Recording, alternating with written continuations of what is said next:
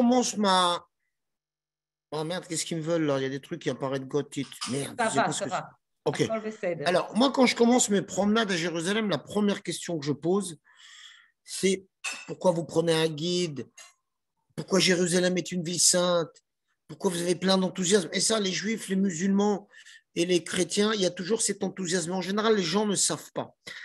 Moi, j'ai la chance d'habiter dans une ville où toute la civilisation a commencé ici. Maintenant, aujourd'hui, c'est une ville normale. Il y a des gens il y a de toutes les couleurs qui sont à Jérusalem. Eux, ils ne sont pas conscients qu'ils habitent à Jérusalem. Ils vivent normalement, mais moi, je pense qu'ils ont une forte façon de vivre. Et il y en a qui sont conscients qu'ils habitent à Jérusalem, par exemple. Je vais vous parler de 3 personnages aujourd'hui. Je vais vous parler des immigrants éthiopiens qui font la sécurité à la vieille ville. Je vais vous parler bien sûr d'Emmanuel Moreno. Et je vais parler d'un autre personnage qui s'appelle Shlomo Choukroun, qui est un peu particulier. C'est un personnage qui correspond le mieux à Jérusalem parce que c'est plein de spiritualité et de mystique juive. Mais je ne vais pas vous en parler maintenant, je vous garderai la surprise. Parce que quand je me promène avec mes touristes, des fois à 2 heures du matin, et je veux un bain de mysticisme et un vin de spiritualité, j'arriverai chez lui. Habiter à Jérusalem, ce n'est pas comme habiter à Saint-Étienne, ce n'est pas comme habiter à Bagdad ou à Damas. Habiter à Jérusalem, c'est très particulier. On aime, on adore ou on n'aime pas Jérusalem. Voilà. Moi, je peux te parler 2 heures comme ça, Révital, mais je sais que tu vas m'arrêter. Alors, arrête-moi. Peut-être, je n'arrête pas. Hein. C'est le choix, mais on a beaucoup d'histoires ce soir. Et Dani a parlé de quelques personnes intéressantes, peut-être moins connues. Ce n'est pas les célébrités de Jérusalem. Et avant que je vais présenter notre premier invité, qui est un homme aussi qui n'est pas un célèbre classique de Jérusalem, mais un homme connu parmi pas mal de professeurs déjà, mais aussi des gens qui ont fait leur aliyah en Israël et qui va partager avec nous son défi, son, je pense aussi, histoire si personnelle qui est liée avec une ville, mais avec un choix aussi de lifestyle, de l'histoire de Avi. Et merci encore, Avi, pour le d'accord pour être avec nous ce soir, mais l'histoire de Avi peut-être représente la raison pourquoi on a créé cette soirée. Je commence avec une petite image quand même, Dani, image de Machne Yehuda, peut-être une image un peu stéréotype d'un homme, un homme qui lise, peut-être qu'il lise la Torah, peut-être qu'il lise la Mishnah de cette semaine, et peut-être qu'il prépare pour le Shabbat, le jeudi soir. Déjà, cet homme de Machne Yehuda, et s'il vous plaît, fermez vos microphones, tout le monde, parce qu'il y a le bruit qui... Cet homme qui est un homme peut-être typique de nos clichés de Jérusalem, un homme orthodoxe. Et on va rencontrer aujourd'hui plusieurs personnes qui partagent plusieurs aspects, pas seulement les clichés, de ce qui est le Yerushalmi, qui est cet homme et cette femme de Jérusalem. Notre petite image, et vous avez toujours la possibilité, bien sûr, de demander toutes ces présentations et on va vous envoyer avec grand plaisir autour du nom de Yerushalmi. Et Dani, je raconterai cette image et sur ton page Facebook, j'ai trouvé fascinante et l'image de cet homme qui représente 2 mondes, un chassid et un rockiste en même temps. Exactement. C'est qui est cette personne? Alors d'abord, c'est un personnage que j'adore puisque je ne comptais pas parler de lui, mais c'est une photo qui est passionnante.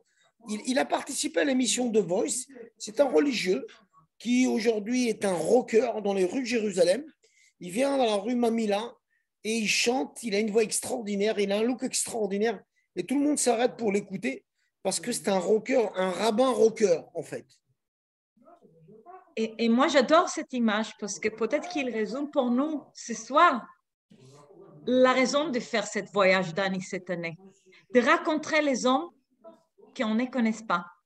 De rencontrer les hommes qui ont une grande histoire, qui partagent leur expérience aussi avec nous, Nisayon, leur expérience, leur chemin de vie, leur choix, leur décision, ההחלטה שלהם, אולי להגיע לארץ ישראל, peut-être venir aussi en Israël. Et on va commencer avec une petite expression qui est très importante pour moi. Et comme professeur d'hébreu, j'ai enseigné l'hébreu, mais beaucoup de mots de argot israélien, ils sont le mot arabe, milim בערבית. ירושלמי אסלי. Le Jérusalemi, Yerushalmi, Asli. C'est lui qui est considéré l'authentique. Authentique. Aussi, je pense que le mot Asli lié dans notre mémoire collective avec les gens de Jérusalem qui habitent là depuis longtemps, plusieurs générations. Vous connaissez ce qui dit « Ani dor shmini beYerushalayim » je suis là depuis que la ville est née.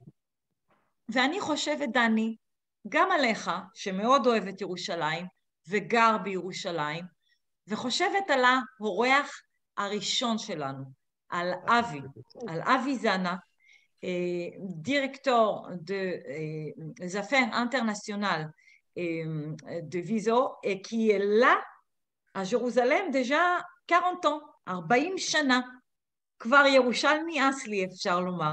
שלום אבי. ערב טוב.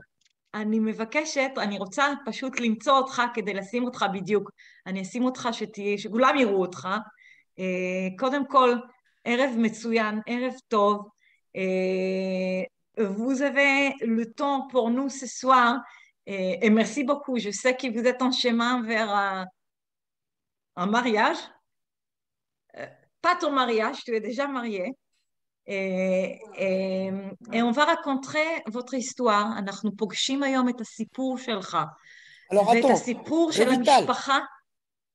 Révital, moi je rentre dans ta conversation entre toi et Avi, et je veux que les gens ils sachent que Avi et moi on est déjà 35-40 ans en Israël, et ben malgré qu'on ne soit pas nés ici, on est des Jérusalémiens aslés. Ok, parce qu'on est très connus pour être des Jérusalémiens.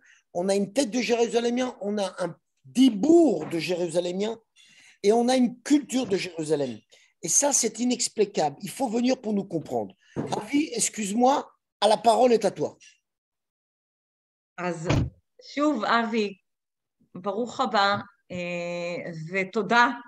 Merci beaucoup pour cette participation ce soir.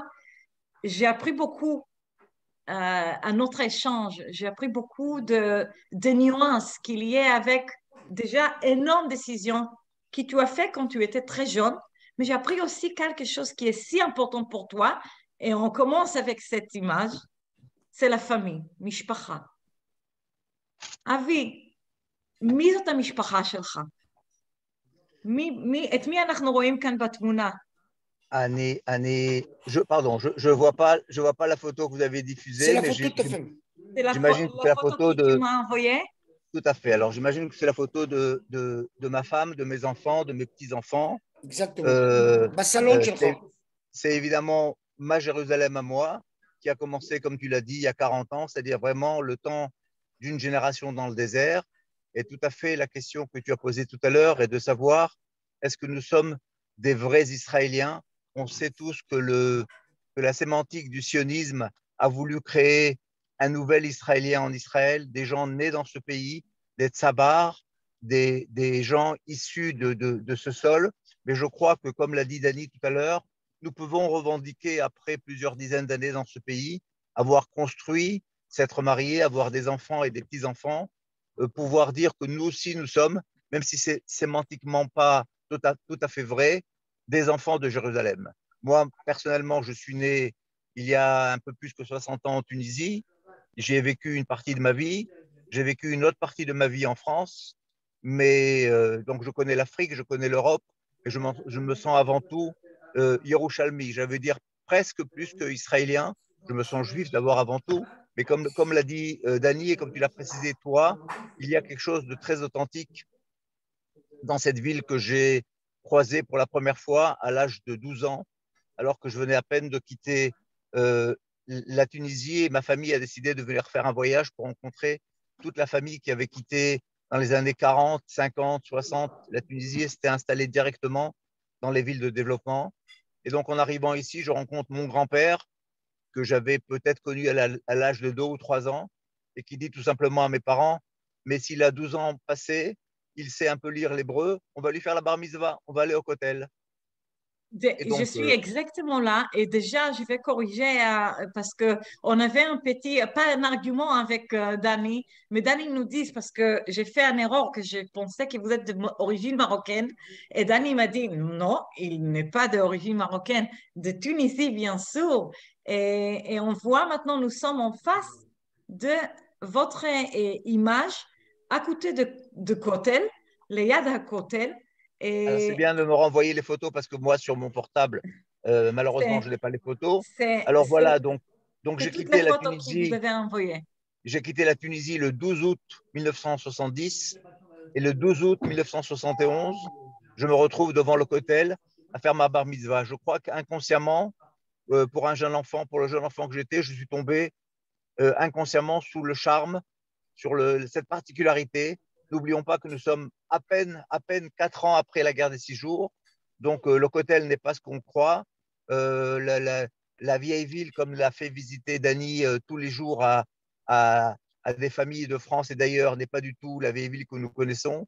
On arrive de façon tout à fait brute. Et je crois que ce contact direct avec la pierre, avec Jérusalem, il y avait encore en cette période, et c'est pas qu'il n'y a pas aujourd'hui, énormément de Gdusha, une sainteté très particulière qui avait été enfouie pendant des dizaines d'années. J'allais dire, où le Kotel n'était pas entre les mains d'Israël et du peuple juif. Et je crois qu'Emané, et c'est pas pour rien que cette période des années 70 a été la période la plus faste de Mhm. l'Alia des États-Unis, de France, d'Angleterre et d'ailleurs, qui a été le grand réveil du monde occidental. Et je crois que j'ai été un petit peu touché par cette grâce de Jérusalem. Et inconsciemment, je me suis dit que de retour en France, j'allais me rapprocher de plus en plus de cette ville où je venais régulièrement en vacances, rencontrer ma famille. Et petit à petit, j'ai décidé de m'engager aussi pour Israël. Et j'avais 13 ans, 14 ans, puisque c'est la guerre de Mhm. Kippour. Je crois que la guerre de Kippour a été pour beaucoup un grand révélateur. Autant que Jérusalem a été une libération, a été une ouverture, une lumière très forte pour tout le monde, autant la guerre du Kippour, comme l'a dit Jacques de Rogui, je crois, dans un de ses livres, c'était Israël, la mort en face. Et donc, et donc chacun d'entre nous a voulu se mobiliser, a voulu s'engager. Et je crois que là, vraiment, j'ai eu en plus l'opportunité, la même année, je crois même que vous avez une photo là-dessus, j'ai eu l'opportunité la même année ou juste une année après de rencontrer le général Ouzinarkis, Voilà, libérateur, je partage le l'image général, de Ourinarkis, de général Ourinarkis. voilà, le général Ouzinarkis, libérateur de la ville de Jérusalem. Et je crois que là encore, c'est rajouter une dimension supplémentaire de toucher l'histoire de mes mains. Moi, le petit jeune juif, comme tu l'as dit tout à l'heure, petit militant sioniste qui avait quitté sa Tunisie il y a quelques années, se trouvait au cœur de notre histoire. C'est simplement vivre cette histoire, s'y impliquer, se sentir appartenir. Et donc, j'ai continué pendant ces différentes années à m'engager pour Israël, pour Jérusalem, parce qu'encore une fois, il faut savoir que pour tout juif, Jérusalem, c'est Israël. Israël, c'est Jérusalem. Le sionisme, c'est Tzion, et Tzion, c'est Jérusalem. Jérusalem a énormément de noms, on en parlera peut-être tout à l'heure, mais l'engagement pour Jérusalem et l'engagement pour Israël. Et donc, à travers ces différentes années, j'ai connu indirectement un petit peu Dany à cette période. À travers ces différentes années, j'ai essayé, à ma modeste contribution, de mobiliser énormément de jeunes pour qu'ils viennent étudier, pour qu'ils viennent connaître, pour qu'ils s'engagent eux aussi. C'était une période très faste dans ces années 70 en France où le début du combat pour Israël, pour le sionisme, à l'époque, rappelez-vous que sionisme est égal racisme, donc on ne pouvait pas admettre des choses pareilles. Et je crois qu'il y avait toute une jeunesse française qui s'est engagée et qui a donné énormément de son temps, énormément de ses valeurs pour défendre Jérusalem.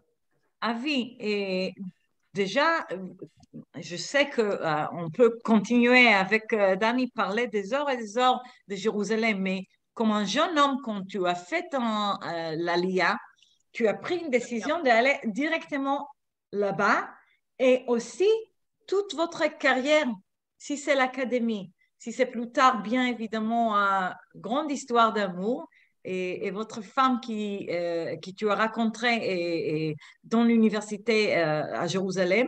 Et c'est aussi la vie professionnelle jusqu'à aujourd'hui. אתה 100% בירושלים, בחיים, בעבודה, בחיי היום-יום.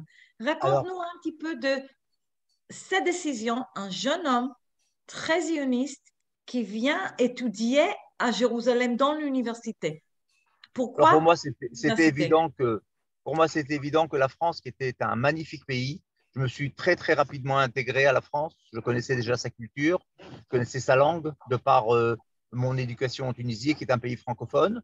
Mais cependant, il était pour moi très évident, dès l'âge de 14-15 ans, que mon avenir se passera en Israël et, comme je l'ai dit tout à l'heure, à Jérusalem. Et donc, le bac en poche, je suis parti directement sur le mont Scopus, à Jérusalem. Le mont Scopus, qui est, j'allais dire, aussi là aussi un symbole très important. Dany pourra en parler. C'est un des symboles de la hauteur, c'est un des symboles de l'émerveillement, du rayonnement de Jérusalem. C'est un des endroits les plus hauts du pays. Et c'est là qu'on a été accueillis à l'âge de 18 ans pour faire des études. J'ai eu aussi l'immense privilège de pouvoir faire de ma passion une profession, puisque là, j'ai étudié aussi l'histoire juive. J'ai eu le plaisir de rencontrer des gens extraordinaires comme le professeur Neher, par exemple, comme Manitou, qui étaient des amoureux de Jérusalem, des gens qui ont construit la nouvelle identité juive du juif redevenu hébreu. Je crois que c'est des concepts tout à fait dramatiques, importants dans le changement de notre identité post-67, du retour du peuple juif sur sa terre. Et donc, j'ai pu faire des études et comme tu l'as rappelé, j'ai effectivement commencé à construire ma famille en rencontrant une nouvelle immigrante, elle aussi de France, Sarah, qui est devenue mon épouse depuis 40 ans maintenant cette année et la mère de mes enfants. קודם כל, Mazel Tov, je souhaite le Mazel Tov parce que vous êtes en chemin vers un mariage, mais aussi une décision, parce que quand je pense de gens que je connais aujourd'hui en France qui sont intéressés par l'Aliyah, ils sont toujours, en même temps, parlent de Tel Aviv, Ya Habibi Tel Aviv. Et je pense que la décision d'aller vers Jérusalem, qui sera peut-être aussi en commun avec des autres noms. On va parler aussi de la famille de Yehuda Amichai, on va parler bien sûr de la famille Moreno et très bientôt avec Dani. On va parler de gens qui ont pris une décision qui est liée aussi avec la sainteté de cette ville et avec Sarah et votre famille qui, grande famille, est aujourd'hui à Jérusalem et vos enfants et vos petits-enfants continuent à grandir dans la ville. Est-ce qu'il y a des Tel Aviviens dans la famille Zana ou est-ce qu'ils sont tous à Jérusalem? Ils ont tous vécu à Jérusalem. Aujourd'hui, c'est vrai que une petite partie de mes enfants vivent à Tel Aviv, mais je crois que ça reste eux aussi des Yerushalmim. Yehuda Amichai, que vous l'avez cité plusieurs fois, a dit Yerushalayim ir al sfat hanetzach. C'est une ville qui n'est pas une ville du bord de mer, c'est une ville qui est au bord de l'éternité. Et l'éternité de Jérusalem, c'est quelque chose de très particulier. On peut s'éloigner physiquement de Jérusalem. Je ne crois pas qu'on puisse s'y éloigner fondamentalement au niveau de ses valeurs, au niveau de son authenticité. Tel Aviv a évidemment une autre dimension, une dimension de modernisme, une dimension peut-être de Ir Lelo Afsaka. Jérusalem a quelque chose de beaucoup plus calme, de beaucoup plus profond, de beaucoup plus authentique, de beaucoup plus sincère quelque part. J'allais dire, je reviens hier du marathon de Tel Aviv et je fais des fois le marathon de Jérusalem. Et je peux vous dire que ce sont deux ambiances totalement différentes et c'est deux ambiances complémentaires. Tel Aviv est venu rajouter une nouvelle dimension au sionisme, à Israël, mais je crois qu'effectivement, la place fondamentale, notre cœur de vie restera pour tout le monde et peu importe où on habite. Je crois que ça c'est Elie Wiesel qui l'a dit, peu importe où on habite tous quelque part à Jérusalem. Et moi, je rajouterais, Avi, on a tous deux villes, sa ville et Jérusalem.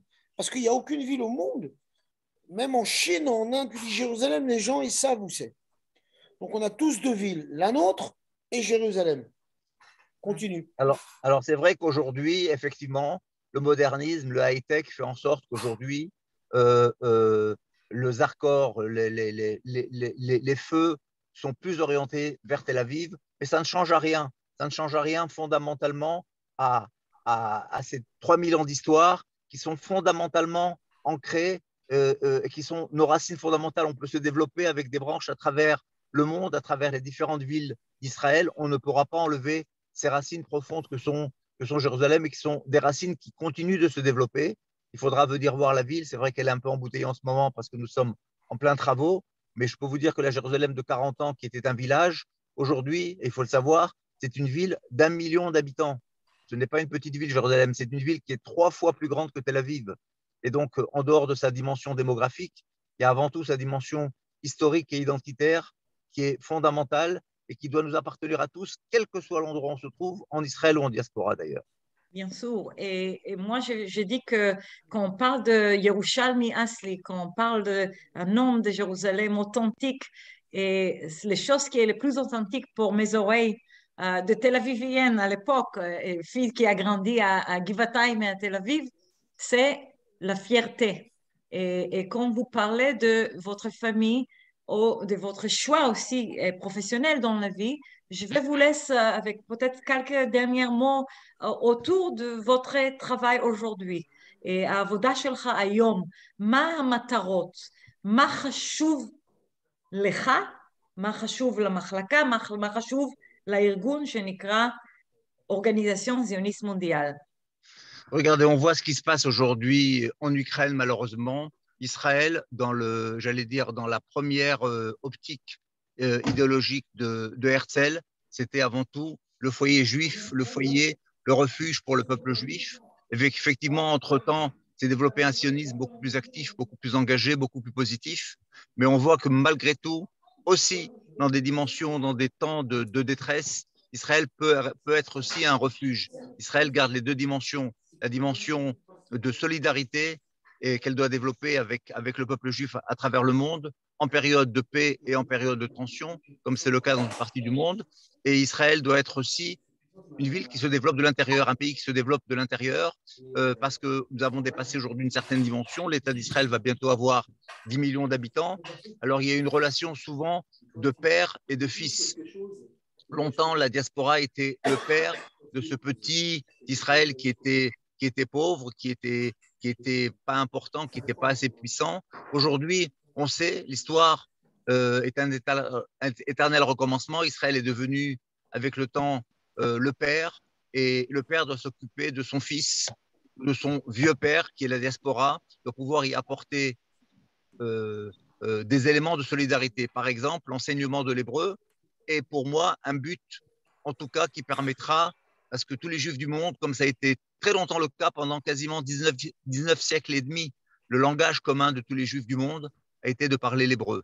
Alors peu importe que ces gens fassent leur alia, ne fassent pas leur alia, la fassent pas tout de suite, ne sont très proches d'Israël ou moins proches d'Israël, il serait fondamental, il serait un acquis énorme si nous arrivions à faire en sorte que la plupart des juifs puissent un jour communiquer entre eux en ivrite, en hébreu. C'est d'abord parce que le juif, comme je l'ai dit tout à l'heure, dans ma perspective aujourd'hui, n'est plus un juif, mais un hébreu, quelqu'un qui a passé, qui est chez Avar, qui est rentré dans une nouvelle dimension. C'est la dimension de l'hébreu tel que l'a défini Manitou. C'est une nouvelle dimension du juif.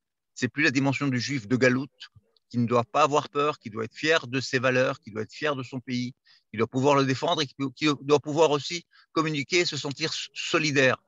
Dans mon objectif, ça serait l'idéal qu'effectivement, il y a encore beaucoup plus de juifs en Israël, mais nous savons que l'histoire est longue.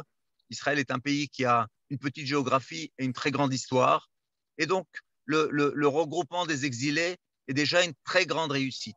Le retour de l'ivrite, nous fêtons cette année les 100 ans du décès de Eliezer Ben Yehuda, qui a été un petit peu le nouveau père de l'hébreu moderne. Donc, les grands défis du sionisme au niveau démographique, au niveau culturel, au niveau identitaire, sont quasiment acquis. Mais notre rôle à nous, par exemple, de franco-israéliens, c'est de continuer à faire en sorte que ce pont continue d'exister entre la diaspora, entre les communautés qui sont restées à l'étranger et ceux qui ont fait le choix de venir. Parce que nous sommes, nous, les seules personnes qui pouvons, d'un côté, comprendre ceux qui sont restés et comprendre ceux qui sont venus et pouvoir apporter effectivement, le cas échéant, des réponses le moment venu, comme je l'explique, comme on le vit aujourd'hui dans la crise ukrainienne et comme on l'a vécu dans d'autres périodes, ou comme on peut le vivre pour des gens qui décident de partir en toute connaissance de cause, sans qu'il n'y ait aucune une raison négative à leur départ. Donc, je préfère une alia de choix qu'une alia de non-choix, mais il peut continuer à se passer d'autres dimensions, d'autres événements dans le monde avec lesquels l'État d'Israël doit être solidaire. Et c'est un petit peu le rôle du département dans lequel je travaille, qui est le département de la promotion, le département de l'encouragement à l'ALIA, qui est pour donner de plus en plus d'outils aux gens. Outils, contacts, ponts, solidarité, c'est les valeurs qui président à notre réflexion première. Alors moi, je vais encore intervenir, Vital. בבקשה. En fait, Avi l'a bien défini, mais moi, ce que je veux rajouter avec la magie de l'hébreu, c'est que la particularité, à mon avis, du peuple juif aujourd'hui, c'est qu'on n'a pas permis de prier dans une autre langue que l'hébreu. C'est pour ça qu'un juif du Portugal, un d'Ukraine ou un du Maroc ou un des États-Unis auront toujours le même dialogue en commun qui est l'hébreu, parce que dans les synagogues, on ne nous permet pas de prier dans une autre langue que l'hébreu. Donc, on est obligé d'apprendre l'hébreu. Et c'est ce qui fait de nous un peuple, un groupe, une entité. Parce que dans l'islam, ils apprennent à parler dans différentes langues. Dans les églises, on parle chacun sa langue. Mais la personne intelligente a décidé qu'on va rester ce qu'on est parce que dans toutes les synagogues, on apprendra tous les mêmes mots, la même langue. C'est ça qui fait de nous un peuple. Je t'en prie, Revital. Avi, excuse-moi encore une fois. Pas de souci, pas de souci. Et tous les remarques sont toujours le bienvenu. Et Avi, ils doivent quand même continuer pour le mariage. Avi, je pense que nous pouvons faire une soirée entière et avec toutes les histoires familiales, mais autour du choix d'un jeune homme ou une jeune femme d'aller vivre en Israël et aussi avec le mot que tu as bien utilisé quand tu as parlé de la langue hébreu, tu as donné l'idéal peut-être, le nom d'Eliezer Ben Yehuda. Et Eliezer Ben Yehuda, il a fait aussi un choix d'aller vivre à Jérusalem et pas à Tel Aviv avec Bialik et tous ses amis, les grands écrivains de cette époque-là. Et je pense qu'il a fait de bonnes décisions parce que son bataille pour gagner cette fierté en parlant de la langue hébreu, c'était peut-être un exemple pour voilà, toutes les Juifs qui sont venus vivre en Israël. Je te remercie énormément pour prendre ce temps pour nous ce soir. Je t'invite aussi, Avi Bevakasha, de revenir vers nous et une autre soirée quand on a plus de temps avec toi, peut-être aussi avec Sarah et avec toute la famille pour partager l'histoire d'une famille de Jérusalem et pas seulement d'un homme de Jérusalem. Toda Merci. Gdola. Merci Revital, merci Nava surtout et merci Dani, avec qui on va se retrouver demain pour une autre histoire très importante dont on vous parlera plus tard. Bonne soirée, Rev Tov et Shavua Tov Mirushalayim. Toda Rabba, Toda Avi. Et Dani, on fait une petite pause quand tu as parlé de prière et la langue de prière, l'hébreu. Je vais faire une petite pause de 3 minutes avec les Chazaniot, les femmes qui sont les Chazan du monde entier qui vont chanter Yerushalayim Shel Zahav et on continue immédiatement après avec l'histoire de Emmanuel Moreno, l'histoire d'Éthiopiens à Jérusalem et des autres histoires que tu as préparées pour nous. Shlomo Shukroun, Ken, oui, ce personnage un peu particulier. Musique. אז קצת מוזיקה, un peu de musique, voilà, de faire ce passage et d'un homme à l'autre. Je partage, comme d'habitude, voilà l'écran. Et cette version, j'ai adoré parce qu'on parle de plusieurs femmes autour du monde qui sont dans le rôle de chazaniot dans leur synagogue et ils partagent une chanson que vous connaissez très très bien. Yerushalayim Shel Zahav.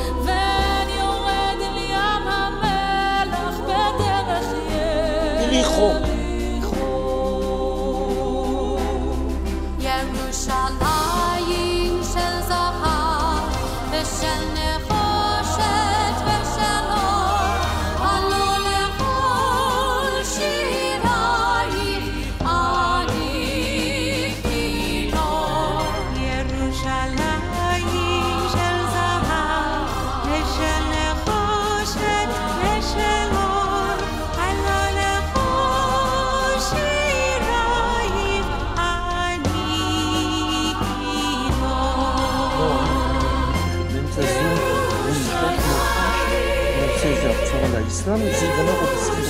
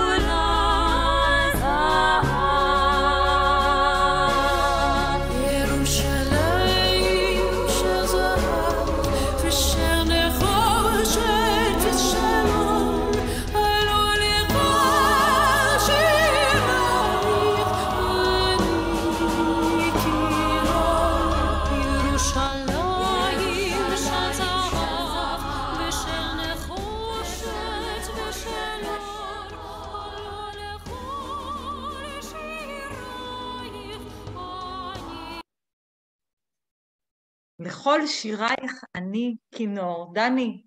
Akasha. Alors, d'abord, moi j'adore cette chanson parce qu'elle parle de Jéricho et j'étais aujourd'hui à Jéricho avec mes touristes. C'est magnifique, Jéricho. Alors on parle de quoi, Révital, là? Parce que il a fait. Dani, on continue notre voyage. Et Rak Shnia Hat, je vais partager de nouveau notre petite, voilà, présentation. Combien de temps il nous reste, Révital? יש לנו עוד שעה יפה יחד, on a encore 1 heure ensemble et je vais Super. voir avec toi la première histoire.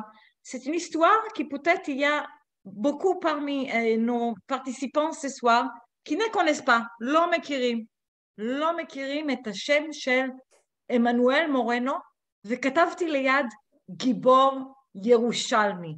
ממש. המילה גיבור מהמילה גבורה, מהמילה גבר, אנום. מי זה הגיבור הירושלמי הזה? מי הוא עמנואל מורנו? אולי... Alors d'abord, vous n'aurez pas la chance de voir sa photo, parce que sa photo est interdite de parution depuis qu'il est mort en 2006. Ce sera un des soldats les plus secrets de l'histoire de Tsahal. Il est mort donc à 35 ans. C'est-à-dire que s'il n'aurait pas été mort, on n'aurait jamais entendu parler de son existence. C'était un soldat de l'unité la plus secrète de l'armée israélienne. Il était infiltré au Hezbollah et il avait l'habitude de travailler dans les pays arabes. C'est-à-dire que c'était à 18 ans déjà, il va être formé pour être un prêcheur islamique. D'accord? Il va prêcher l'islam. Et puis son travail, qui était presque secret, jusqu'à aujourd'hui, on ne sait pas vraiment. Pardon. Et il va en fait être infiltré dans les pays arabes, en Irak, en Syrie et en Liban. Jusqu'à aujourd'hui, la parution de sa photo est interdite. C'est pour ça que vous n'allez pas voir sa photo. Vous n'allez pas voir son visage, parce que je pense que jusqu'à aujourd'hui, on profite de ces opérations ultra secrètes, c'est-à-dire que c'était le genre de personnage qui était capable de rentrer au QG de Hezbollah au Liban ou dans les bureaux des renseignements de l'armée syrienne à Damas, ou la même chose, peut-être pas en Iran, puisqu'il fallait parler le perse. Il ne parlait pas le perse, il parlait que l'arabe, et c'était un sunnite. C'est un petit Français, comme vous, dont les parents sont des jeunes Français, pareil, dans les années 70, ils font leur alia. Le papa, Ilan, faisait Sciences Po en France, et la maman, Sylvia, a été étudiante en biologie. Ils font leur alia, et leurs 3 enfants vont grandir, ils vont se développer, et ils vont être des Jérusalémiens, parce qu'eux, ils vont naître à Jérusalem. Donc, c'est des Jérusalémiens. Ils habitaient à Ramat Eshkol. C'est un quartier qui était en face de la Jordanie à l'époque. Et ils avaient bien sûr une éducation religieuse sioniste nationaliste. Il va malheureusement mourir en 2006. En 2006, il va être infiltré dans la Baka du Liban, la Beka du Liban. Et puis, ils vont faire une opération dont on ne connaît pas la nature de cette opération. Et c'était un grand Jérusalémien. Je le voyais souvent, moi, dans les rues de Jérusalem, quand il était en vacances, toujours très discret. Et puis, des fois, il avait une moustache. Et des fois, il avait une barbe. Et des fois, il me parlait, hop, et puis il oubliait qu'il fallait me parler en hébreu, il me parlait en arabe. Et puis, des fois, il disparaissait. Je le voyais plus pendant 6-8 mois. Et en 2006, en août 2006, je regarde la télé, on est un vendredi soir. C'est la fin de la guerre du Liban, la dernière guerre du Liban, la guerre du Liban numéro 2. Et c'est un vendredi soir, j'avais fini mon kidouche, j'avais les artères pleines de vin. Et il est minuit, on est le 25 ou 26 août 2006, il est presque 1h du matin. Et là, je reçois un coup de fil sur ce téléphone. Regardez, moi j'ai encore le téléphone comme ça. Vous voyez ? Et quand la sonnerie sort, on est vendredi soir, donc Shabbat, et je vois le nom de son grand frère, Moshe Moreno. Et là, Moshe Moreno, qui est religieux aussi, qui lui fait Shabbat, il m'appelle un vendredi soir, je ne comprends pas tout ce qui se passe.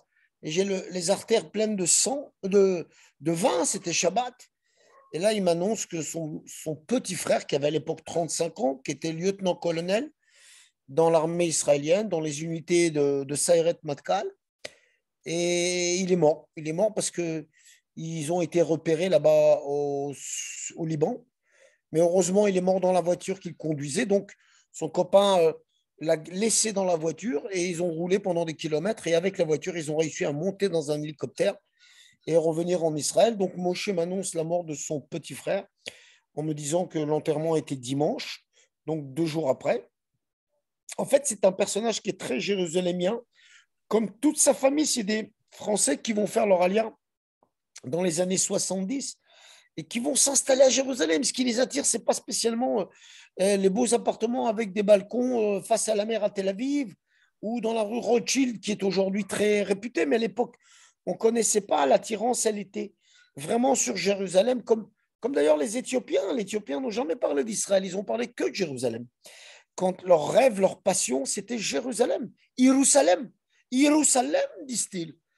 Et la famille Moreno, et bien sûr Emmanuel, que Dieu repose son âme, Zichrono Livracha, et il est né à Jérusalem, il a étudié à Jérusalem, il est devenu presque musulman, dirais-je. Il est enterré ici, pas loin d'ici, à Jérusalem encore, au mont Herzl, qui se trouve à même pas 1 kilomètre de chez moi. Et donc, c'est un personnage totalement jérusalémien, dans son parler était jérusalémien, dans sa façon d'étudier le Talmud, et il va donc mourir en 26 août 2006. Et aujourd'hui, tout ce que vous allez voir sur lui, je vous invite à aller voir sur Wikipédia qui est-il, mais je vous rassure à tous, il n'y a aucune photo de lui. Donc, toutes les photos que vous allez voir, ce n'est pas lui. Allez lire sur Wikipédia qui était ce personnage. Vous voyez sur la photo ici sa tombe. Il est enterré au mont Herzl. Il avait 35 ans. Il était lieutenant-colonel et sa femme, Maya, s'est remariée il n'y a pas longtemps. Il avait 3 gosses et quand il est mort, on s'est aperçu que de son salaire de lieutenant-colonel, il gagnait relativement beaucoup d'argent. Il prenait soin de donner des milliers de shekels tous les mois à 3 autres familles nécessiteuses. Et ça, sa femme l'a découvert que quand il est mort. Donc, Revital a bien fait de mettre Il était un héros de plusieurs manières, mais je pense que c'est intéressant aussi ce que tu dis, qui est très intéressant toujours. Il y a beaucoup de gens qui ne connaissent pas personnellement, mais on connaît déjà leur histoire. Et quelque chose de fascinant, j'étais au sud d'Israël cet été et on a traversé, vous savez, depuis Be'er-Sheva vers Yerucham, et on a traversé ce lieu où on a vu un grand panneau et c'était écrit The French Commando. Ah oui, bien sûr, un commando à Tsarfati, bien sûr. Et que dans l'histoire d'Israël, il y a depuis la naissance de l'État d'Israël beaucoup d'histoires de jeunes Olim Hadashim, ou les gens qui sont nés d'origine française, qui étaient déjà nés peut-être en Israël, et qui étaient partis de cet héroïsme israélien, qui était parti de l'histoire et de bataille d'Israël. Et je pense que l'histoire d'Emmanuel, il est encore plus particulier parce qu'il reste toujours la personne sans visage. On ne peut pas trouver son image, mais il reste quand même un héros de Jérusalem, un héros d'Israël. Et je pense que peut-être il faut raconter de plus en plus d'histoires de jeunes hommes et de jeunes femmes qui ont consacré leur vie et que je trouve c'est très émouvant quand vous connaissez aussi, Dani, vous connaissez le frère, vous connaissez, אתה מכיר את אח של Emmanuel. Et peut-être il est avec nous ce soir, je ne sais pas. Peut-être qu'il nous regarde. Le commando français, c'était une unité de commando français où un ancien légionnaire de l'armée française qui n'était pas juif, qui s'appelait Teddy Dupré, il va prendre tous les juifs qui venaient du Maroc, d'Algérie, de Tunisie, qui ne parlaient pas hébreu, qui ne parlaient pas tous français, et il va créer le commando français. C'est pour ça que ça s'appelait du commando français. Alors, pour revenir à Emmanuel, dont les parents habitent pas loin d'ici. Rappelez-vous, c'est un héros qui va rester toujours dans l'ombre. Il a 3 enfants et il est le seul soldat de Tsahal dont la photo est encore interdite de parution dans la presse. Malheureusement, quand un soldat meurt, on s'empresse de mettre sa photo dans le journal, mais ça ne sera pas le cas pour lui. C'était, si vous me posez la question, et je pense que vous avez envie de me poser la question, moi qui ai fait 30 ans d'armée, bien sûr, je connais un peu les différentes étapes de l'armée. Je pense que ce n'était pas un soldat, c'était un fantôme, puisqu'il avait un courage qui n'a aucune égale.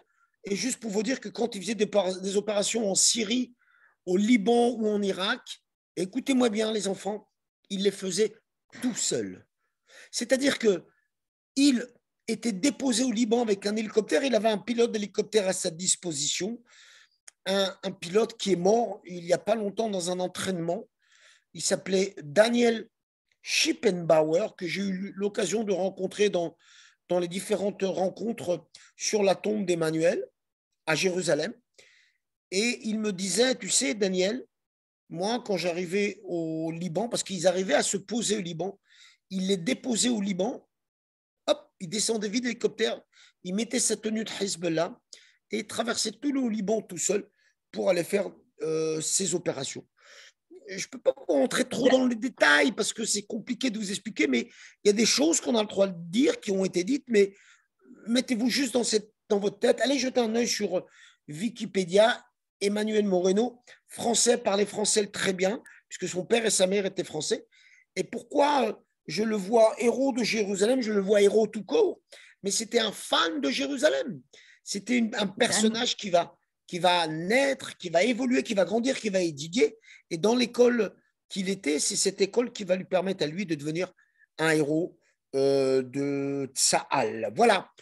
Je peux parler des heures sur lui. On va continuer avec une autre histoire qui est moins connue, mais qui, je pense que toutes ceux présentes ici, qui étaient à Jérusalem, היו בירושלים, qui étaient au Kotel, היו ליד הכותל, ils ont rencontré les prochains invités de cette soirée dans vos histoires, המאבטחים האתיופים. Je voudrais voir avec toi l'image qu'on a ajoutée pour cette soirée, et l'image de soldats qui sont d'origine éthiopienne ici à Jérusalem. Et j'ai aussi ajouté à côté, comme tu vois, une chanson qui est une chanson très populaire pour les enfants qui ont grandi en Israël, mais je pense qu'il y a beaucoup de juifs autour de moi qui connaissent la chanson Sisu et Yerushalayim Giluba. Et cet refrain, Al Chomotaïch Ir David, Ifkadeti Shomrim. Sur tes murailles, ville de David, je plaçais des gardiens. Depuis la naissance de Jérusalem, Jérusalem avait les gardiens. Elle avait les soldats, elle avait les gardiens, elle avait les gens qui étaient responsables de la sécurité de cette ville, qui depuis sa naissance était liée aussi toujours avec une situation plus fragile. ספר לנו, דני, מי אלה המאבטחים? מה זה לאבטח? מה זה מאבטח? מי אלה המאבטחים האתיופים בכותל? Alors, c'est étonnant. D'ailleurs, la photo que vous voyez ici, c'est la police d'Israël a fait une journée d'honneur à la Eda éthiopite. Comment on dit Eda? Communauté. La communauté éthiopienne, elle a réuni tous les soldats, tous les Me'aftechim, tous les Mishmar HaGvul qui sont d'origine éthiopienne, parce qu'il y a quelques mois, il y avait la fête des Éthiopiens qui s'appelle la Sigd. Sigd. Parce qu'en fait, les Éthiopiens, quand ils vont venir à Jérusalem, ils viennent à pied d'Éthiopie, mais ils viennent à pied pour voir une seule chose, c'est la ville de Jérusalem. Et c'est très important. C'est pour ça que d'une façon naturelle, comme c'est des fanatiques de Jérusalem, ils vont être en tant que Me'aftechim, gardiens ou policiers de Mishmar HaGvul, ils vont demander à pouvoir être les personnes qui vont protéger Jérusalem. Vous avez compris leur relation avec Jérusalem. Et pourquoi moi j'aime beaucoup ces jeunes-là parce qu'ils sont d'une discipline extraordinaire. Ils sont un ava extraordinaire. Comment on dit un ava? C'est humilité, plutôt. Humilité. Et puis, ils ont un judaïsme particulier, comme vous le savez. Il y a les Ashkénazes, il y a les Séfarades, il y a les Romains, mais il y a aussi les Éthiopiens. Ils ont un rythme juif particulier à eux. Et tous les ans, leurs rabbins, qu'on appelle les Kaïs, ils viennent fêter les Jérusalem. Et leur passion pour Israël, elle est vraiment, on la sent vraiment parce qu'ils veulent être protecteurs des endroits saints de Jérusalem. Ils veulent être dans la police et demander à servir dans la police qui va protéger Jérusalem. Et en fait, c'est des passionnés de Jérusalem. Et quand vous allez venir à Jérusalem, au mur de lamentation, vous allez voir qu'ils sont toujours là à protéger. Et c'est eux qui demandent à protéger de Jérusalem. Et ils me disent souvent, tu sais, Dani, nous, on a un travail très dur, mais au moins, on a la fierté de protéger Jérusalem. Je vais prendre, voilà, pour te permettre de regarder qui est là dans le téléphone et de parler aussi de quelque chose de grande importance, je pense, pour l'Organisation sioniste mondiale, pour beaucoup des organisations juives autour du monde. Quand on parle d'Aliyah, qui est venue quand même d'Afrique Bien sûr. En Israël avec leurs défis particuliers, et ils ont trouvé, bien sûr, dans les services militaires aussi la place de commencer cette communication avec les Israéliens qui peut-être sont nés en Israël. Je pense qu'aujourd'hui, la jeune génération, c'est la plupart des gens éthiopiens qui sont nés déjà en Israël. Mais cette rencontre, pour moi, quand j'ai fait mon service militaire il y a quelques années, c'était la première fois que je rencontrais directement et cette communauté et les histoires immenses, et avec beaucoup de défis pour la société israélienne jusqu'à aujourd'hui. Dani, est-ce que tu as peut-être une petite anecdote de nous raconter, de tes racontes là à Jérusalem avec avec les gardiens? Alors, puisque vous parlez d'Alia et des gens qui sont des passionnés de Jérusalem, juste après les publicités, en fait, pas les publicités, je vous parlerai d'un autre personnage assez impressionnant. C'est un Français aussi qui était millionnaire en France et qui me raconte qu'il se promenait en hélicoptère et qui avait des Rolls-Royce et qui va découvrir une passion pour Jérusalem. Il va tout vendre et il va aller s'isoler dans une magnifique synagogue qui est destinée à tous les pauvres du quartier. Mais ça serait après la chanson. Ça sera après. Après la chanson. Shlomo Shukroun. Rega. Dani, on arrive à Shukroun. Non, mais parce que, en fait, c'est quoi mon problème, Révital? Parce que je ne sais pas quand je dois m'arrêter. Bon, on a le temps, très bien. Don't worry, be happy. On a le temps encore. Et avant qu'on parle de Missé Shukroun, qui tu connais très, très bien. Je ne le connais pas bien. Je t'arrête tout de suite, Révital. Alors, Mathieu. Si je t'arrête tout de suite, parce que le personnage est intéressant, parce que c'est la nuit à Jérusalem, cet homme. Vous connaissez Jérusalem, il faut connaître Jérusalem la nuit. La nuit, il y a un bouillon de spiritualité dans des petits coins comme chez Ares Chesed, où ils vont se lancer dans cette étude et arriver à des moments de spiritualité qui sont très forts. Moi, je n'arrive pas, mais eux, ils arrivent. Et quand je croise la nuit avec mes touristes, c'est de la haute voltige de spiritualité. Voilà. Excuse-moi, Révital, je ne pouvais pas ne pas te dire ça. Qui connaît déjà après, on parlera de ce Shlomo. Dani connaît sa passion énorme vers déjà les êtres humains, et dont tu parles des gens qui tu admires. J'adore, parce que tu as tout cet amour vers les êtres humains et aussi vers la ville qui tu adores aussi. Mais je voudrais que tu racontes aussi la passion de Révital. Et la passion de Révital liée aussi avec deux autres noms, des gens qui ils ont choisi Jérusalem, que Jérusalem choisit eux. Et Mishpachat Banai, la famille Banai, la famille de Yossi Banai. Yossi Banai, grand chanteur, comédien, présentateur, scénariste, metteur en scène, je pense un Israélien, quand on parle de Yerushalmi Asli, le Jérusalem authentique, une famille de plusieurs générations, la famille Banaï, une famille pauvre. Et je pense qu'il peut-être le rêve classique de parents d'origine juive, c'est toujours que leurs enfants, ils vont réussir. S'ils seront des avocats, s'ils seront le médecin, s'ils seront voilà, et dans des autres métiers, mais qui seront joyeux, qui vont avoir leur famille, ils vont avoir leur métier. La famille Banaï, jamais réalisé que de 7 familles de Jérusalem qui est grandi et qui est né à Machne Yehuda, ils vont avoir la plus grande tribu des artistes en Israël. Et quand Yossi Banaï il est grandi à Jérusalem, aussi lui-même, il n'avait pas encore rêvé d'avoir la gloire qu'il a reçue et que ses enfants, et que les enfants de ses frères et beaucoup de membres de cette famille, ils ont reçu plus tard. Et aujourd'hui, quand vous cherchez à Google le nom des familles Banaï, vous allez avoir une longue liste de grands artistes en Israël, mais aussi de grands juges et beaucoup d'autres gens qui ont bien réussi. Pourquoi j'ai choisi lui pour écouter la chanson, une chanson qu'il a chantée et qui est devenue très identifiée avec l'histoire de Yossi Banaï? Parce que Yossi Banaï, c'est miroir de beaucoup de gens à Jérusalem. Anashim Shenoldu, les gens qui sont nés à Machne Yehuda, pas trop riches, pas d'origine ashkénaze. Ils ont grandi avec un grand défi familial déjà, de trouver leur schéma, comme voilà, jeune homme et jeune femme, mais ils ont essayé aussi de garder tout ce qu'il y a avec leur identité.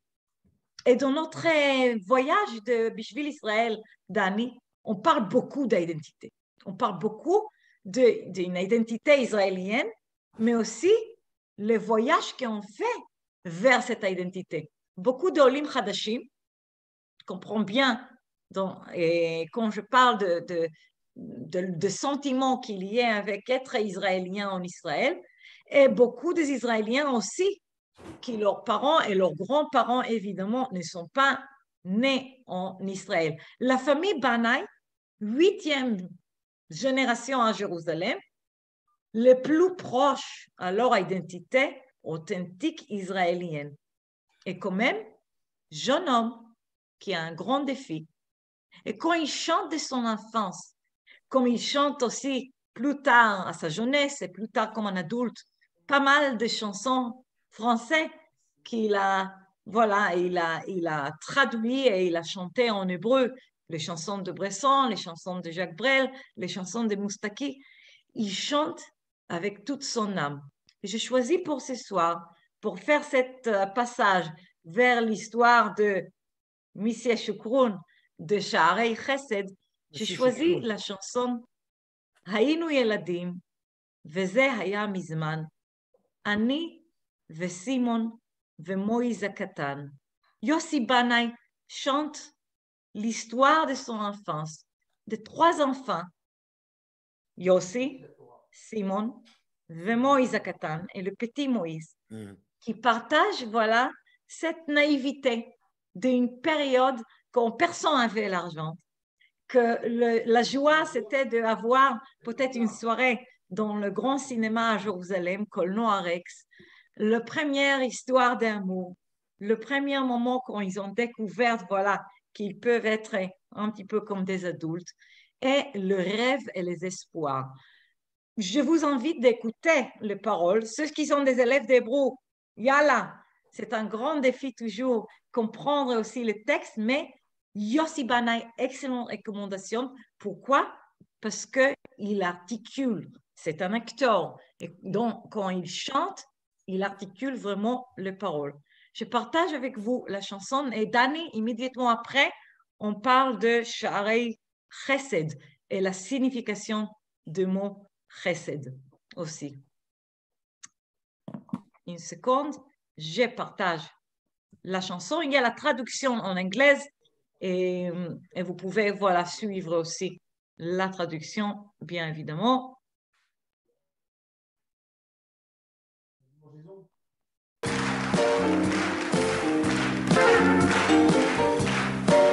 ולפעמים כשאני כך לבדי אני חוזר לסמטה ילדותי אל נעוריי שנעלמו עם השנים לחברים שלי ההם הישנים אני חוזר אל הצבעים והקולות אל העיניים התמימות והגדולות אני חוזר אל השכונה אל עץ התות אל עפיפון אדום אדום קשור לחוט היינו ילדים וזה היה מזמן אני וסימון ומויז הקטן היינו ילדים וזה היה מזמן אני וסימון ומויז הקטן אני זוכר קולנוע רקס ביומיות ומרחוק פעמונים של כנסיות ורדפנו על גגות אחרי יונים לעוף איתם רצינו עד העננים ובגן השעשועים על נדנדות נשבענו אמונים לכל הילדות שיחקנו סמל וסוס ארוך וראשיות המלחמות היו אז לא אמיתיות היינו ילדים וזה היה מזמן אני וסימון ומויז הקטן היינו ילדים וזה היה מזמן אני וסימון ומויז הקטן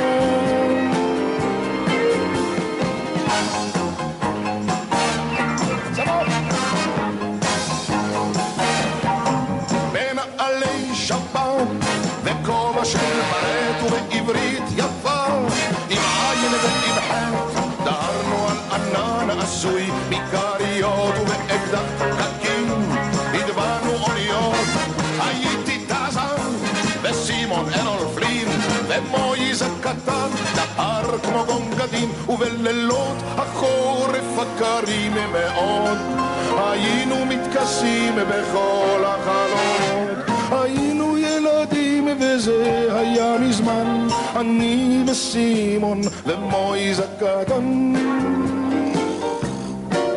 עברו שנים מאז עכשיו בעיר גדולה מסימון לא שומעים אפילו לא מילה ומויז הקטן לאן הוא נעלם וגם קולנוע רקס כבר לא קיים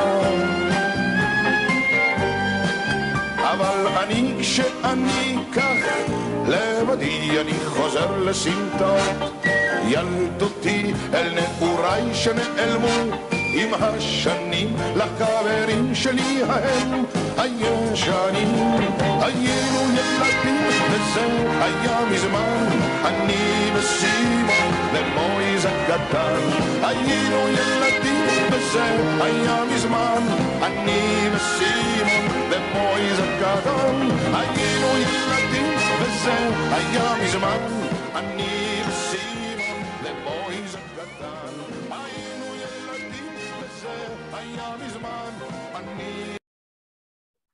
אני וסימון ומויז הקטן ודני. Alors, moi, Révital, est-ce que toi, tu es de Jérusalem? Est-ce que moi? Est-ce que tu es Jérusalem Asley? אני תל אביבית אסלי, מה זה ירושלים? Eh bien, regardez bien comment Révital, qui est une Tel Avivienne, elle est influencée par les gens de Jérusalem, parce qu'il n'y a pas plus jérusalémien, Yerushalmim, Hiérosélémitain que Banaï. Et elle, qui est de Tel Aviv, c'est-à-dire moi et elle, on est complètement opposés culturellement, parce que nous, on est particuliers à Jérusalem, et eux aussi sont particuliers. Nous, on prie, eux, ils font la fête, ils boivent des bières. Mais regardez, c'est très vital comment elle est attirée par ce chanteur qui représente Jérusalem. Et cet après-midi, quand j'ai parlé avec mes touristes africains, avec les larmes dans les yeux, même eux, c'est des passionnés de Jérusalem. Rappelez-vous tous, on a tous deux villes dans notre cœur, sa ville et Jérusalem. Je t'écoute, Révital. Et Dani, mes meilleurs amis, Adi et Ngalia, ils sont de Jérusalem et ils sont grande partie, je trouve aussi, de cette identité intérieure. Et on va rencontrer à la fin aujourd'hui une autre personne, un autre personnage très connu de Jérusalem, un grand poète qui s'appelle Yehuda Amichai, parce que quand on parle de la paix, quand on parle de la nécessité de parler de la paix, ces week-ends, je trouve en particulier, avec tout ce qui se passe autour de nous, et quand on parle de gens comme Emmanuel Moreno, comme Missé Choukourou qu'on va raconter, Monsieur comme Choukourou. Avi, Et les Éthiopiens. et comme les Éthiopiens, on parle de gens qui, leur histoire est entre la guerre et entre la paix, mais les plus grandes responsabilités qu'ils ont vers nous, c'est de garder nous en toute sécurité. דני, אני רוצה בבקשה איתך לראות גם תמונה, שנייה.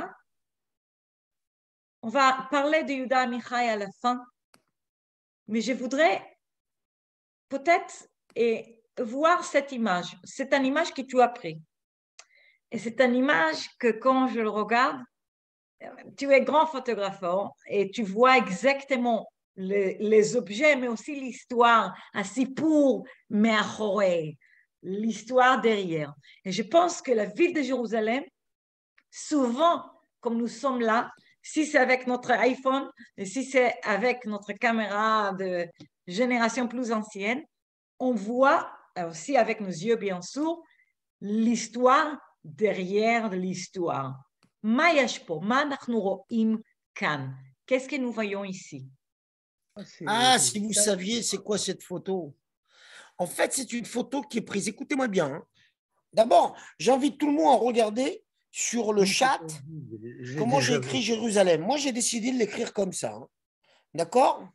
J'espère que l'Académie française ne va pas m'en vouloir. Maintenant, j'adore ton regard, Révital, parce que tu comprends beaucoup de choses avec mes photos et ce n'est pas évident.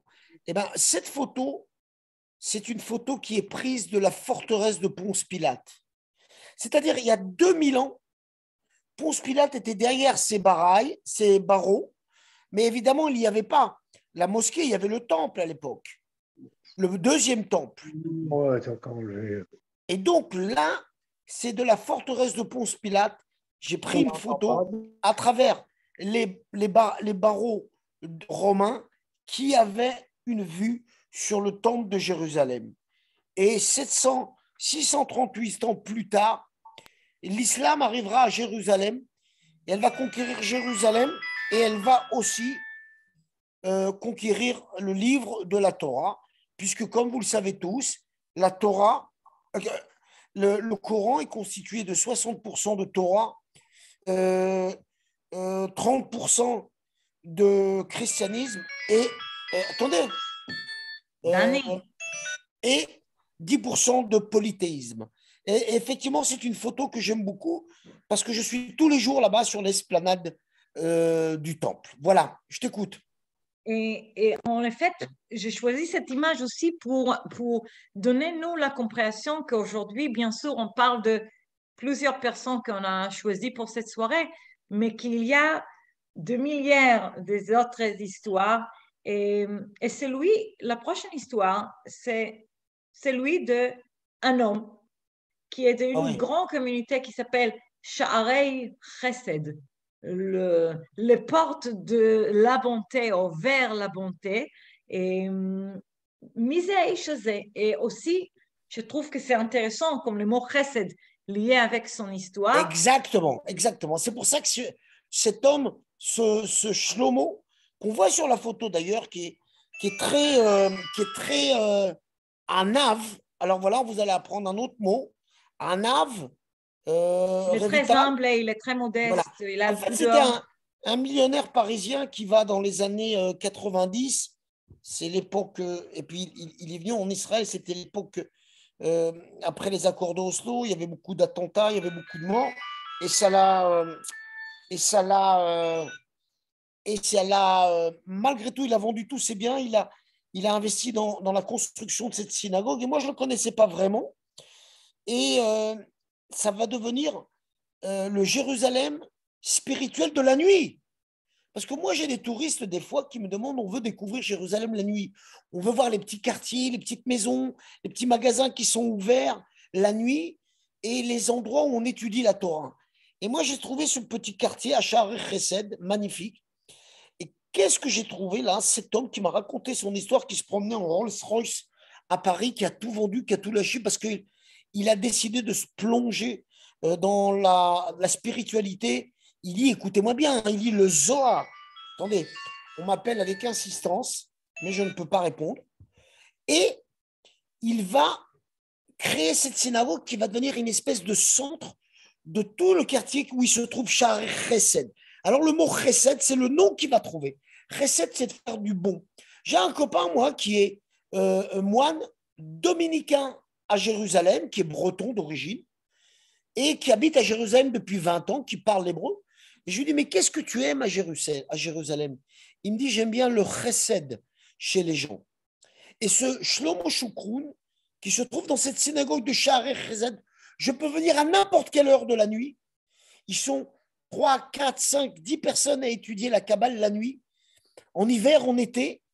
Pas besoin de frapper, pas besoin de téléphoner, il suffit d'ouvrir la porte et il y aura toujours une petite table prête pour les malheureux du quartier qui ont faim. Et ce Shlomo Shukroun, il va apprendre beaucoup de choses parce qu'il va être dans la spiritualité. Il m'a appris à ne pas parler méchamment, de ne pas faire de mauvaises langues. Et vous savez, comme je suis un Parisien, alors des fois on dit des gros mots, vous savez, oh, M-E-R-D-E, oh, P-U-T-A-I-N. Eh bien non, j'ai appris à ne plus le dire. Et comment ma vie, elle a changé. Et puis, il m'a permis de me rapprocher du texte, du livre. Et quand j'ai ouvert un livre chez lui, j'ai vu un truc extraordinaire. À part le fait qu'il va m'imbiber de Kabbale. C'est très compliqué, la Kabbale. Mais vous voyez, quand vous venez à 2 heures du matin, il y a toujours un petit verre de vodka avec des pistaches, des cacahuètes, en dehors du fait qu'il y a des repas pour les pauvres qui peuvent venir sans demander rien, de rentrer, de manger à 2, 3 heures du matin ou 9 heures du matin. Et il va, attendez, j'ai un livre ici, il va faire un livre qui va me donner, moi, envie de lire. Et c'est quoi ce livre? Et je me suis permis de le sortir, c'est une unique au monde. Et le livre s'appelle Shaarei Chesed. Je ne sais pas si vous avez des gens qui vont à la synagogue, mais il m'a donné presque une bande dessinée, regardez. Il va faire un livre en plusieurs couleurs, et j'ai jamais vu ça. Et la lecture est vraiment plus douce, vraiment plus agréable, et il y a toutes les explications qui sont des fois en français ou pas.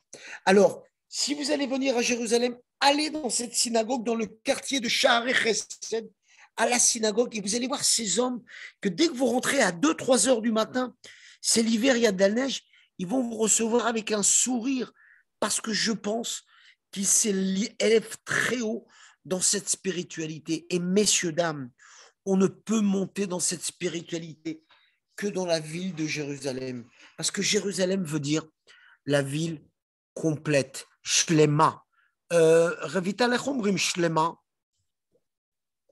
Réunis au complet, איך אומרים שלמה? Shlema, שלם, shalem, complète. Et quand réunis. je vais avec mes touristes chrétiens, musulmans qui me disent on veut savoir ce que c'est que le Talmud, ce que c'est que la Kabbale, et on rentre dans cette espèce de caserne d'Ali Baba qui est submergée de livres, et à n'importe quelle heure, et puis il est des fois 3, 4 heures du matin, il n'y a pas beaucoup de monde, ils sont assis comme ça avec le sourire, et que des propos. Et vous savez ce que j'ai appris chez ces gens? Ils me disaient toujours ne dis jamais de mauvaises langues, et il va m'apprendre ce que ça voulait dire abracadabra. Et oui, nous, on croyait tous que abracadabra, c'était du latin ou du grec. Eh bien non, messieurs, dames, c'est de l'hébreu. Et je lui demande, mais qu'est-ce que ça veut dire abracadabra? Et il me répondra, je crée ce que je dis. Alors il m'a dit, Daniel, ne dis jamais que ta situation n'est pas bien, que c'est dur, que c'est fatigant. Il dit non, je disais toujours, je suis beau et riche, au lieu de dire que j'ai les boules et je suis pauvre et c'est dur et c'est ennuyant. Et depuis que je dis que je suis beau et riche, eh ben je me sens beau et riche parce que la parole crée la réalité. Et c'est lui qui m'a appris cette fameuse phrase, je crée ce que je dis, Avra Kedibra. Et toi, Révital, et tous ces élèves que je salue avec mon chapeau que je n'ai pas, Je vous remercie de vous plonger dans cette langue magnifique qui a fait qu'on a tenu la route depuis 4000 ans parce qu'on a insisté pour parler de cette langue. Alors, si vous venez à Jérusalem, allez visiter cette synagogue où il y a de la spiritualité qui fait que les poils de mes bras se relèvent quand je vais voir ces jeunes Français. Ce ne sont que des jeunes Français qui ont renoncé au matériel, renoncé à la richesse. Et aujourd'hui, ils vivent simplement je crois qu'ils vivent grâce à l'imprimerie de livres comme ça qui vendent dans toutes les synagogues du monde puisqu'ils ont décidé de mettre de la couleur dans ces livres.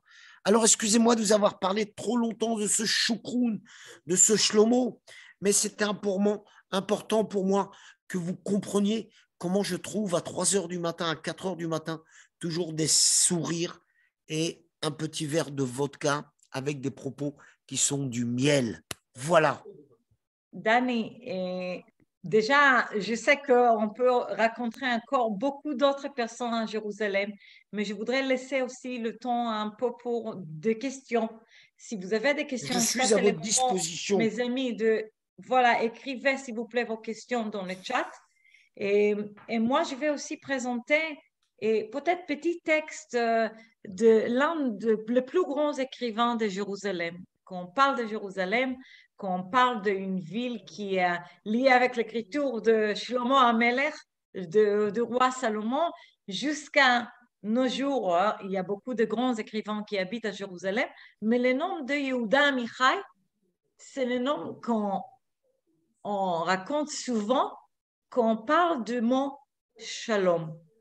Yerushalayim, Ir Shalem, Ir Shalom, cette racine qui répète, et quand on parle de Shalom, quand on parle de la paix, quand on parle de notre réalité aujourd'hui et d'une situation particulière, un carrefour particulier et de notre monde aujourd'hui, on parle de plusieurs voix, comme la voix de Yehuda Amichai. Et je voudrais partager le texte de cet grand poète qui est né en Allemagne. Il est né en Allemagne, il est venu à Jérusalem à l'âge 7-8 avec sa famille, qui fait encore un choix qui n'était pas évident. C'était pas évident pour une famille d'origine allemande. La plupart des Allemands, avant la fondation de l'État d'Israël, ils sont arrivés et étaient installés à Tel Aviv. Tel Aviv était déjà une ville conviviale, pas la même ville que vous connaissez aujourd'hui. Et Jérusalem était plutôt liée, bien sûr, avec la communauté religieuse et avec quelques intellectuels comme Eliezer Ben Yehuda qui étaient installés là-bas dans la ville ancienne, plutôt que dans la nouvelle ville que vous connaissez aujourd'hui. Et quand Yehuda Amichai, il est grandi. Il a grandi dans cette ville. Il a fait son service militaire à Jérusalem. Il a fait ses études à Jérusalem. Comme Avi, il se mariait à cette ville et il a trouvé que sa voix hébraïque, que son identité hébraïque, liait aussi beaucoup avec l'histoire de cette ville et beaucoup avec la responsabilité de, comme ils disent, Ani fanatique shel hashalom. Je suis le fanatique de la paix. Yeshli achrayut. J'ai une responsabilité d'apporter l'expérience de cette ville qui n'est pas facile, qu'il y ait beaucoup avec la guerre, qu'il y ait beaucoup avec beaucoup de défis, de beaucoup de peuples qui sont réunis dans cette ville et qui, c'est mon choix, mais c'est aussi ma responsabilité de parler de la paix.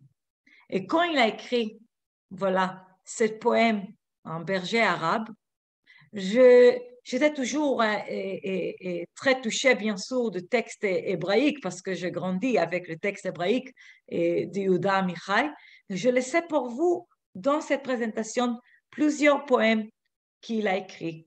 Et en berger arabe, je vais demander quelqu'un de nos élèves, Irena, si tu peux ouvrir ton microphone, bevakasha.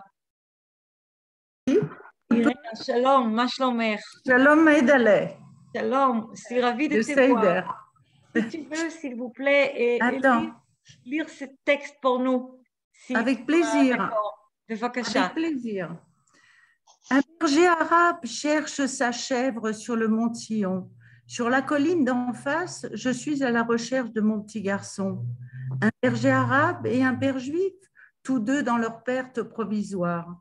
Nos deux voies se rencontrèrent au-dessus de la piscine du sultan, dans la vallée qui nous séparait. Aucun de nous ne veut que son garçon ou la chèvre ne soit pris dans les rouages de la Hat Gaïa. Après, nous les trouvâmes au milieu des buissons et nos voix rentrèrent en nous, rires et pleurs. Chercher une chèvre ou un fils a toujours été le commencement d'une nouvelle religion dans ces montagnes. Toda Gdola, merci. Vakasha, Irina. Vakasha. Et voilà un poème qui parle d'une responsabilité d'un père juif, d'un père arabe, de trouver la paix, de trouver la communication autour de Jérusalem, dans la ville de Jérusalem, et que, comme on dit toujours, voilà, mi Tzion tetze Torah, et que de la ville de Jérusalem, cette lumière, cette loi écrite et non écrite qui concerne la paix, il va sortir. Et j'espère, Dani, que cette voix de Jérusalem, voix de la paix, va sortir vers le monde.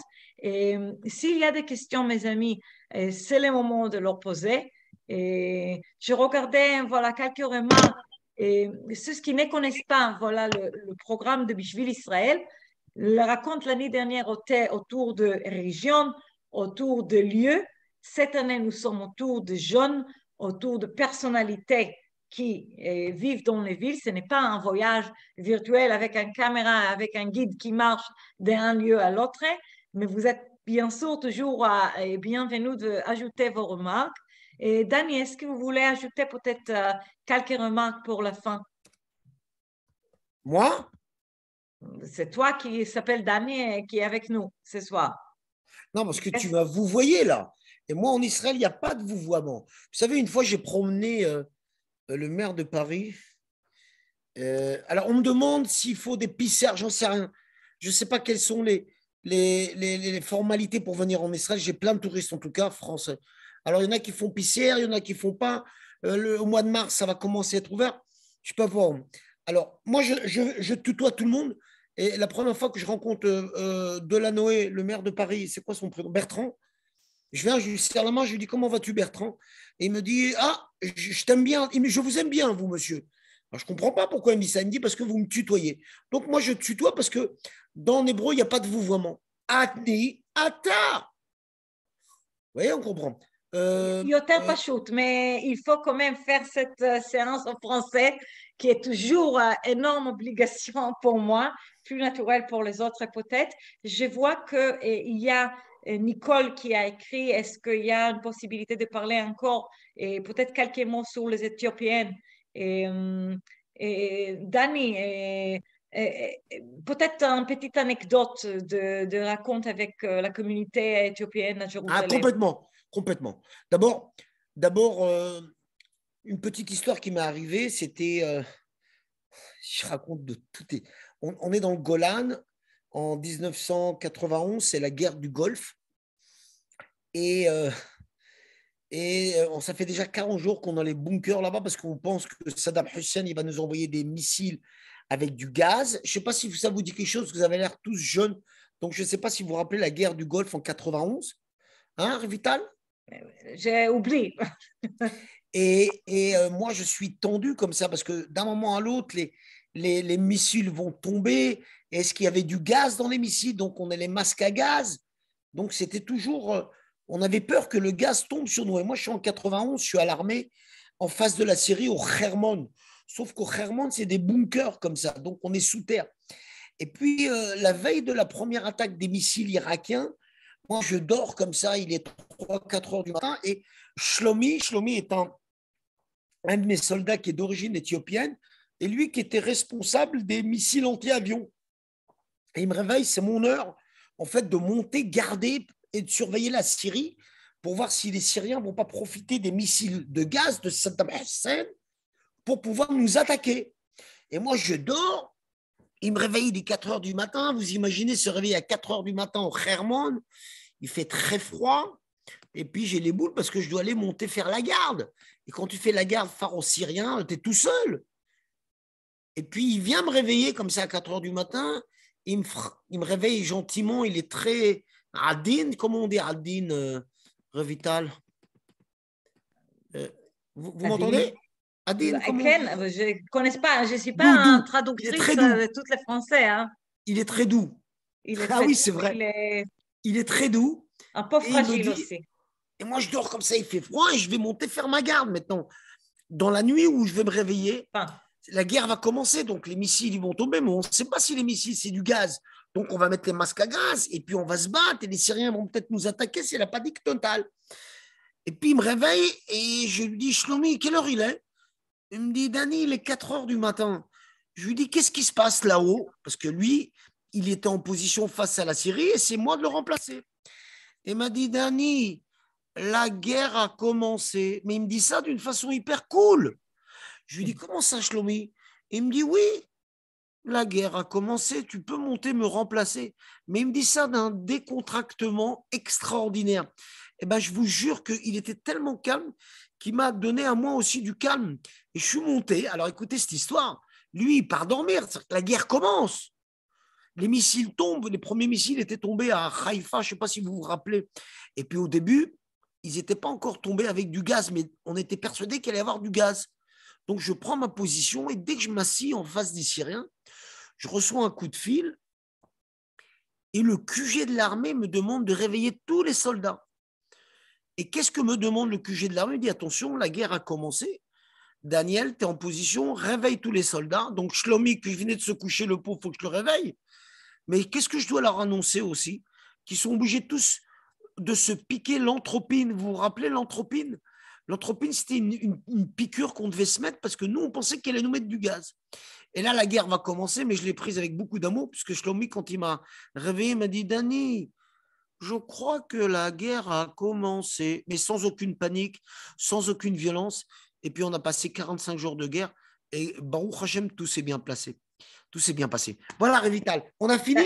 Dani, nous sommes presque finis, mais avant tout, je vais dire qu'on va bien sûr rencontrer encore plusieurs fois cette année, chaque fois dans une autre Amen. ville en Amen. Israël, chaque fois dans un autre lieu on va essayer de vraiment apporter les histoires intéressantes des gens qui sont parfois des célèbres, parfois sont moins connus, mais qui sont très importants pour l'histoire de la ville.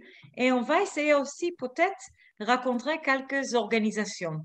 Et si on parle d'Éthiopiennes, et si on parle de la communauté éthiopienne en Israël, et moi, personnellement, quand je travaillais en Israël, j'étais toujours liée avec le centre communautaire. Je travaillais à Herzliya, je travaillais aussi à Jérusalem pour une période. Et je travaillais avec beaucoup de ce qu'on parle aujourd'hui, première génération, ceux qui sont nés en Israël, que leurs parents, ils ont fait ce voyage depuis l'Éthiopie jusqu'à, ils sont arrivés en Israël. Et leur défi, et j'étais très touchée, Dani, par l'histoire de ton ami, parce que de Shlomi, parce que c'est exactement cette voix très unique, très douce, et que je rencontrais aussi avec beaucoup des enfants que je rencontrais à Herzliya, et ils ont gardé cet optimisme et incroyable aussi dans un moment ni facile. Et encore, Toda Rabba et Anava Beressi. Révital, attends, encore je te coupe. Tu as fait un travail super, merci. Tu as tout de suite compris avec les matzeget, les musiques, les images. Et vous, encore, ne lâchez pas l'hébreu. C'est une langue magique. Abracadabra. Merci beaucoup. Toda. Toda Gdola Dani. Merci beaucoup. Toda Lenava. Et on verra il y a peut-être des mois questions. Prochain, quelle ville on va arriver. Et peut-être à Beersheba. נראה בדיוק לאן בחודש הבא. תודה רבה à vous tous. שבוע טוב ולהתראות. Merci beaucoup. להתראות ותודה על הכל. ביי. להתראות.